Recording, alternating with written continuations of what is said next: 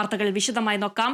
ED. ഉദ്യോഗസ്ഥൻ പ്രതിയായ കൈക്കൂലി കേസിൽ പ്രതി ശേഖർ കുമാറിന്റെ മുൻകൂർ ജാമ്യാപേക്ഷ ഹൈക്കോടതി ഇന്ന് പരിഗണിക്കും. കേസിലെ ഒന്നാം പ്രതിയാണ് ശേഖർ കുമാർ. വിവരങ്ങളുമായി വിനയ രാജ് ചേരുന്നുണ്ട്. വിനയ, വാർത്തയുടെ കൂടുതൽ വിവരങ്ങൾ. ഉദ്യോഗസ്ഥൻ പ്രതിയായി കൈക്കൂലി കേസിലാണ് ഒന്നാം പ്രതിയായിട്ടുള്ള ശേഖർ കുമാറിന്റെ മുൻകൂർ ജാമ്യാപേക്ഷ ഹൈക്കോടതി പരിഗണിക്കുന്നത്. നേരത്തെ കേസുമായി ബന്ധപ്പെട്ട് പിടിയിലായ മറ്റ് 3 പേർക്ക് മൂവാറ്റുപുഴ വിജിലൻസ് കോടതി ജാമ്യം നൽകുന്ന ഒരു സാഹചര്യമടക്കമുണ്ടായിരുന്നു. ഉപാധികളോടുകൂടിയായിരുന്നു ജാമ്യം അനുവദിച്ചിട്ടുണ്ടായിരുന്നത്. പ്രധാനമായും രഞ്ജിത്ത്, ചാർട്ടേഡ് അക്കൗണ്ടന്റ് ആയിട്ടുള്ള രഞ്ജിത്ത്, വിൽസൺ, കൂടാതെ മുകേഷ് തുടങ്ങിയ 3 പേർക്കായിരുന്നു മൂവാറ്റുപുഴ വിജിലൻസ് കോടതി നേരത്തെ ജാമ്യം അനുവദിച്ചിട്ടുണ്ടായിരുന്നത്. ഇപ്പോൾ ശേഖർ കുമാറിന്റെ ഹർജിയാണ് ഇന്നിപ്പോൾ മുൻകൂർ ജാമ്യ ഹർജിയാണ് ഇന്നിപ്പോൾ ഹൈക്കോടതി പ്രധാനമായും പരിഗണിക്കുന്നത്. കശുവണ്ടി വ്യവസായിയുടെ കയ്യിൽ നിന്നും എടുത്ത കേസ് ഒഴിവാക്കുന്നതിന് വേണ്ടി 2 കോടി രൂപ ആവശ്യപ്പെട്ടെന്നായിരുന്നു കേസ്. ഇതുമായി ബന്ധപ്പെട്ടുകൊണ്ട് തന്നെ വിജിലൻസ് കേസെടുക്കുകയും അന്വേഷണം ആരംഭിക്കുകയും അടക്കം ചെയ്തിട്ടുണ്ടായിരുന്നു. പ്രധാനമായും ഈ ശേഖർ കുമാറിനെതിരെ ഡിജിറ്റൽ തെളിവുകൾ അടക്കം ശേഖരിക്കാൻ ഒരുങ്ങുകയാണ് വിജിലൻസ്.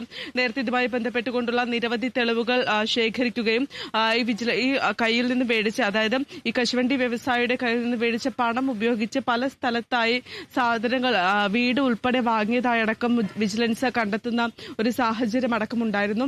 ഇതിന്റെ എല്ലാം തന്നെ അടിസ്ഥാനത്തിൽ ശക്തമായിട്ടുള്ള തെളിവുകൾ തന്നെയാണ് ശേഖർ കുമാറിനെതിരെ ഇന്നിപ്പോൾ വിജിലൻസ് ഹൈക്കോടതിയിലടക്കം ഹാജരാക്കുന്നത്.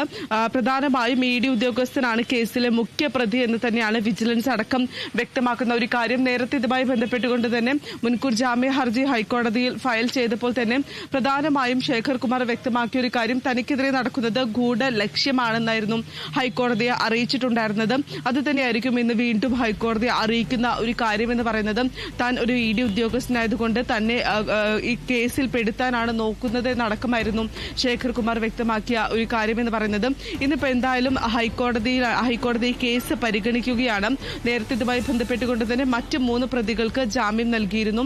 മൂവാറ്റുപുഴ വിജിലൻസ് കോടതിയായിരുന്നു ജാമ്യം നൽകിയത്. ആതിര. ശരി വിനയ, ഇ.ഡി. ഉദ്യോഗസ്ഥൻ പ്രതിയായ കൈക്കൂലി കേസിൽ പ്രതി ശേഖർ കുമാറിന്റെ മുൻകൂർ ജാമ്യാപേക്ഷ ഹൈക്കോടതി ഇന്ന് പരിഗണിക്കും. കേസിലെ ഒന്നാം പ്രതിയാണ് ശേഖർ കുമാർ.